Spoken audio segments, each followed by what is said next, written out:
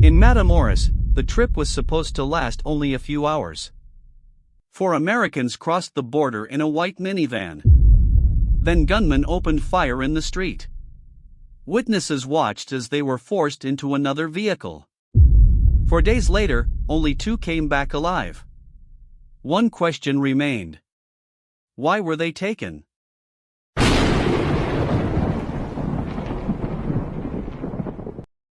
The trip did not start like some big, dangerous decision. It started in South Carolina, with a woman who wanted a medical procedure done, and 3 friends who went with her. Latavia McGee was the reason they were going. Eric Williams, Shaeed Woodard, and Zindell Brown were with her. They were not going to Mexico to party, hide, or get involved in anything. From what is known, the plan was simple. Drive to Brownsville. Cross into Matamoros. Go to the appointment. Come back home. That was it. And that is what makes this case hard to shake. The beginning sounds ordinary. Not safe, exactly. But ordinary enough that a lot of people would understand it. Matamoros sits right across the border from Texas. 4 people living in the southern United States, crossing into Mexico for medical care is not some strange idea. It happens all the time. Dental work, prescriptions, cosmetic procedures, cheaper treatment.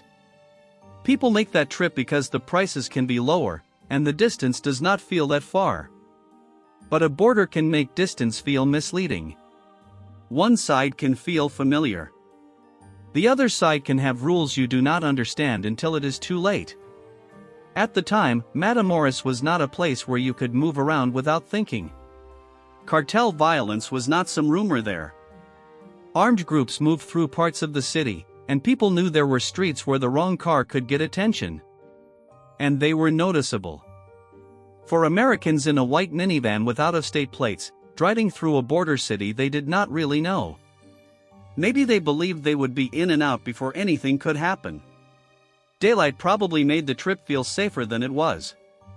And if there was danger, it was easy to think it was somewhere else, not on the street in front of them.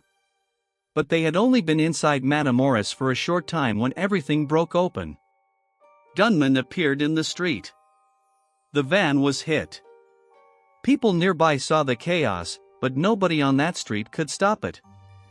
The 4 friends were pulled from the vehicle and taken away. A trip that was supposed to last a few hours had turned into a search. And back home, nobody yet knew who was alive. For a while, nobody at home really knew what had happened. They only knew the trip had gone wrong. Latavia, Eric, Shaeed, and Zindell had crossed into Matamoros together. After that, the information started coming back in pieces, and none of it sounded good. There had been shooting. Their white minivan was found in the street. People were saying the group had been taken. Then came the part nobody wanted to hear. A woman from Matamoros, someone who had nothing to do with them, had been killed nearby. That is when the story stopped sounding like confusion and started sounding like something much worse. For the families, there was no clean explanation. No one called and said, "Here is where they are." No one said, "They are safe." No one could even say who had them. Just hours passing. Phones being checked. People trying to get one clear answer from a situation that did not have one yet. And then the video started spreading. It was hard to watch because it was so open. This did not happen behind a locked door or somewhere hidden in the dark. It happened in the street, in daylight, with cars nearby and people close enough to see. The minivan was there. Armed men were there. The 4 Americans were on the ground, and then they were moved into another vehicle. People nearby did not run in to help, and that is easy to judge until you understand what they were looking at. These were armed men in the middle of a cartel city. One step forward could have made another victim. So people watched. And the 4 friends disappeared. For investigators, the first problem was time. If they were alive, they had to be found fast. If they were being moved, every hour made the trail weaker. The second problem was Matamoros itself. From the outside, it was easy to say cartel violence. But on the ground, that did not explain enough. Different crews, different streets, different people watching different corners. A person who did not belong could get noticed before they even knew they had made a mistake. And this group stood out. 4 Americans. A white minivan. Out-of-state plates. A border city where strangers are not always just strangers. Back in the United States, the case was now everywhere. In Mexico, the pressure was growing. Police, soldiers, investigators, and American officials were all looking for the same answer. Where were they? But the more people looked at the attack, the more one question stayed in the middle of everything. Were Latavia, Eric, Shaeed, and Zindell targeted on purpose? Or had the gunman taken the wrong people? The part people kept coming back to was the speed. Latavia, Eric, Shaeed, and Zindell had just crossed into Matamoros. They were in a white minivan, in daylight, trying to get to an appointment. Nothing about that looked like a secret meeting. Nothing looked planned for trouble. Then the shooting started. After that, everyone outside the van was trying to understand something that did not make sense yet. At first, robbery sounded possible. Americans crossing the border could mean money. A vehicle with out-of-state plates could draw the wrong kind of attention. Someone may have watched them after they came over the bridge. But the attack looked too direct to explain that easily. The gunman went for the van like they already believed something about it. Maybe the vehicle looked like one they were waiting for. Maybe they thought the people inside were connected to someone else. Whatever the reason was, the 4 friends had no time to correct it. That is the worst part. If armed men decide what story you belong to, the truth may not help you. Latavia, Eric, Shaeed, and Zindell could have told them about the appointment, the trip, the mistake, all of it. But none of that mattered if the men holding them had already made up their minds. Back home, the families were left with pieces of a story nobody could finish. There had been gunfire in the street. The van was found damaged. Latavia, Eric, Shaeed, and Zindell were gone, and no one could tell the families where they had been taken or who was holding them. Worse than that, nobody could say if all 4 were still alive. Outside that circle of waiting, the case was getting bigger by the hour. Their faces were on the news. American officials were asking questions. Mexican authorities were under pressure. Police and soldiers started looking in places where people normally did not want attention. That kind of pressure can help a search, but it can also make desperate people move faster. Whoever had them now knew the case was too public. This was not something that could stay quiet on one street or inside one neighborhood. Too many people were watching. So the 4 friends were moved. A house could be empty by the time police arrived. A vehicle could disappear before anyone wrote down a plate. Someone could know the truth and still keep quiet, because in a place like that, talking can follow you home. People were scared. They had reason to be. For the families, none of this was strategy. It was just waiting for somebody to finally say something clear. Then investigators were let out of the busy part of Matamoros, past the border traffic and away from the street where the attack happened. They came to a small wooden house in a rural area. Inside, they found the 4 Americans. But not all of them were alive. When investigators reached the small wooden house, the search finally had an answer. Not the answer anyone wanted. Latavia McGee was alive. Eric Williams was alive too, but badly hurt. He had been shot in the legs and needed medical help right away. Shaeed Woodard and Zindell Brown were found dead. There is no clean way to say that part. 4 people crossed the border together. Only 2 were going home alive.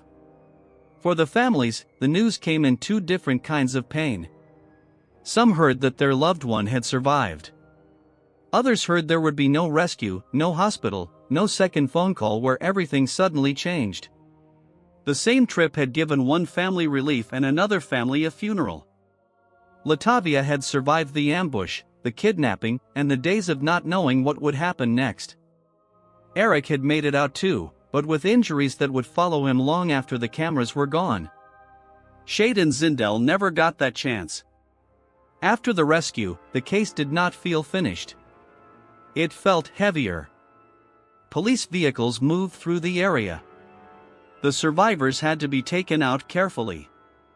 The bodies had to be recovered. Officials had to speak, but no statement could make the story feel understandable. Back in the United States, people were asking the same thing over and over. How did a medical trip end like this? The answer was not simple, and maybe that is why the next part felt so strange. Days later, 5 men were found tied up near a vehicle, with a written message left beside them. The note claimed they were responsible for what happened. It was presented like an apology from people connected to the cartel, as if handing over a few men could close the case. But that raised more questions than it answered. Were those men really the ones who made the decision? Were they being blamed because the case had brought too much pressure?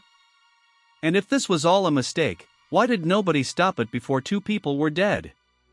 For authorities, the investigation still had names to chase, orders to trace, and a chain of responsibility to prove. For the families, none of that could undo the result. Latavia and Eric could speak about parts of what happened, but survivors do not come back carrying a perfect record of every minute. Fear breaks time into pieces. Some things are remembered clearly. Other things come back later, or not at all. The public wanted a full explanation. The people who lived through it were still trying to breathe. That is what gets lost when a case becomes a headline. Everyone else moves from one detail to the next. The families stay with the empty chair, the last message, the missed call, the normal plan that turned into the worst day of their lives. Matamoros became a warning after that. Not because every border trip ends in violence. Most do not. But this one showed how little time it can take for an ordinary plan to fall apart when the wrong people control the street. They went for a short appointment. 4 days later, only 2 came back alive. After the rescue, the case still did not feel finished. There were arrests, statements, and a cartel message that tried to explain what happened. 5 men were found tied up near a road, with a note left beside them. The message said they were responsible for the kidnapping. That might have been true. It also might have been the easiest answer to show the public. In a place like Matamoros, the person placed in front of everyone is not always the person who made the decision. One man can pull the trigger, another can give the order, and someone else can be offered up when the pressure becomes too much. By then, that pressure was everywhere. 2 Americans were dead. 2 had survived. A woman from Matamoros had also been killed in the street. The story had crossed borders, reached Washington, reached Mexican officials, and put unwanted attention on people who usually worked best in silence. For Latavia McGee and Eric Williams, coming home alive did not mean coming home untouched. Eric had been shot. Latavia had lived through the ambush, the movement from place to place, and the hours when nobody outside knew if they were still breathing. They survived, but survival is not the same as walking away clean. Shaeed Woodard and Zindell Brown never got to explain what those days were like. Their families were left with the worst version of the answer. The search had ended, but it had not brought them back. Another life was lost that day too.